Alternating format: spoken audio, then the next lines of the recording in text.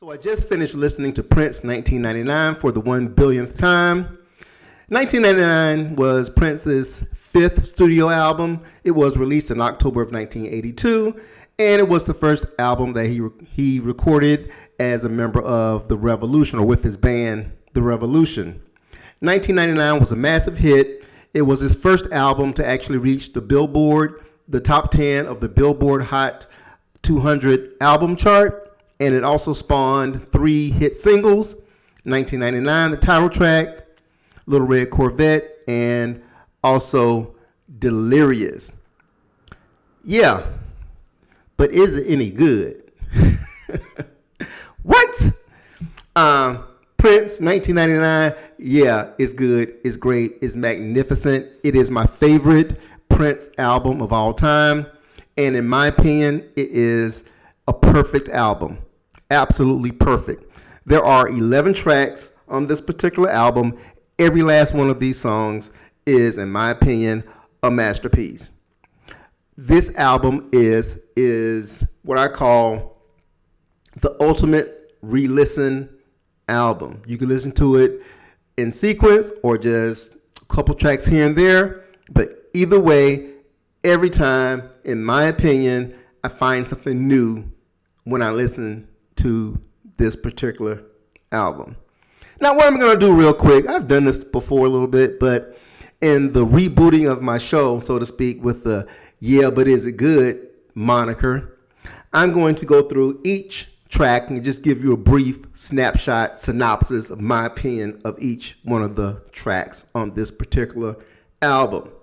First off, title track, 1999. It is a perfect opening track. Now, one of the things about Prince is that he believes that every album should have a great title track. So 1999 is no different. It's powerful. You got the synthesizers. You got the vocals. This is the first song where he had co-vocals he had Jill Jones and Lisa Coleman as the female leads, and also shared the lead vocals with Des Dickerson, his lead guitarist. And this song is powerful. It starts the album off on a powerful note, and it sucks you in immediately, and it does not let go, because next up is Little Red Corvette. The segue from 1999 into Little Red Corvette is seamless, and of course, it is one of Prince's signature tracks. It is the signature track, in my opinion, from this particular album, as well as he covers his exploits with, shall I say, a young lady. I'll leave it at that. Next up is Delirious. Once again, each track kind of feeds into the next, so it kind of feels like a continuous track. The whole album feels like one continuous track, because one song just bleeds perfectly into the next. And Delirious is a fun track that kind of gets your head bobbing. It has the inventive synthesizer playing by Dr. Fink, and it's just an energetic song that gets you going. Next up is Let's Pretend We're Married. Now, this song is 7 minutes and 21 seconds, and it is magnificent. Let's Pretend We're Married is not a radio-friendly track, and it might turn some people off. I'm going to admit that, even though, in my opinion, it is a masterpiece, and it's Prince at some of his dirtiest. He really gets, shall I say, graphic in his depictions of young love bleeding into young marriage. Next up is DMSR, Dance, Music, Sex, Romance.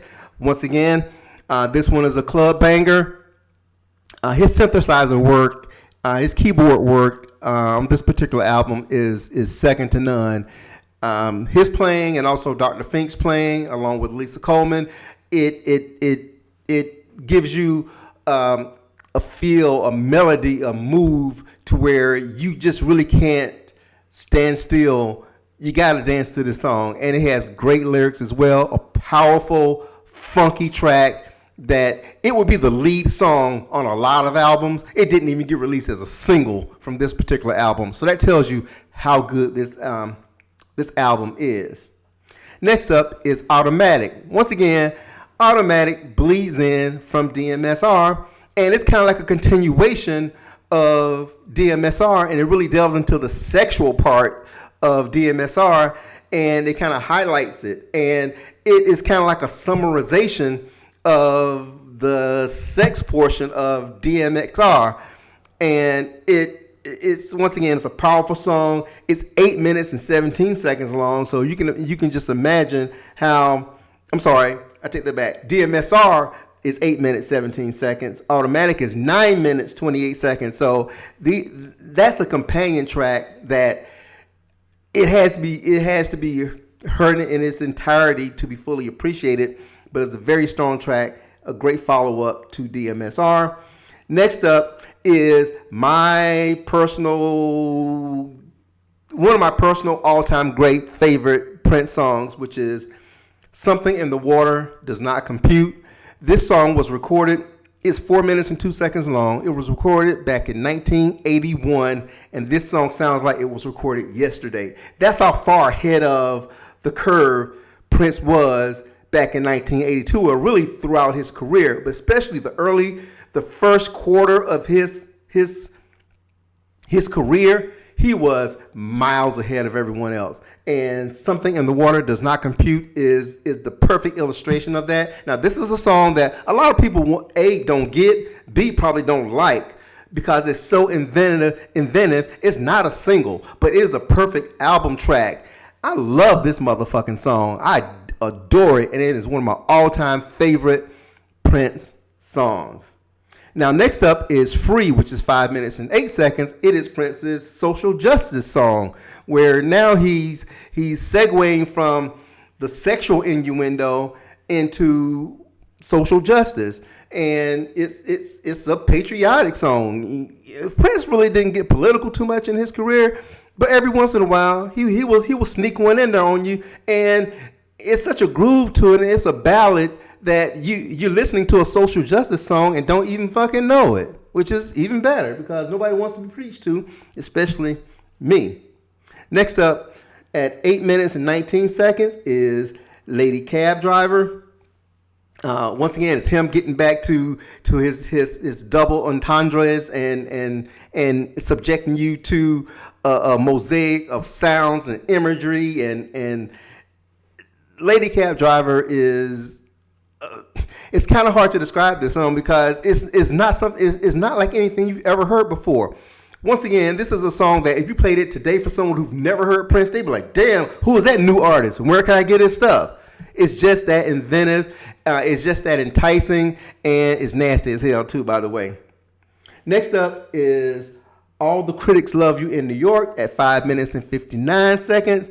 This is I call this a groove song where it just has this driving beat to it, and his arrangement, the vocal and the instrumental arrangement is kinetic, has a sense of urgency to it. And once again, it's not something that you're going to hear on the radio. It's not a radio track. It's not a single, but it is a perfect companion track, and it bleeds perfectly into the final track, track number 11, International Lover, which is his power sex R&B ballad at 6 minutes and 37 seconds.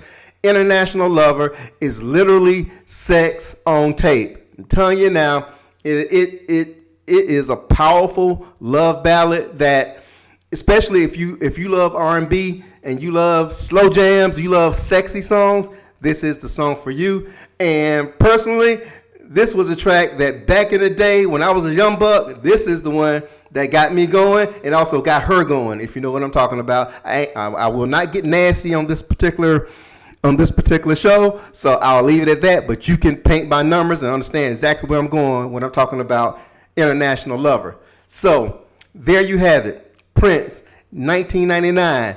Yeah, is it good? You damn right it's fucking good. Listen to this album. It's good. It's great. It's a masterpiece. It is perfect. It is my favorite Prince album. 11 tracks, 11 motherfucking masterpieces. And if you don't like this, ain't nothing wrong with me. There's something wrong with you. You're welcome.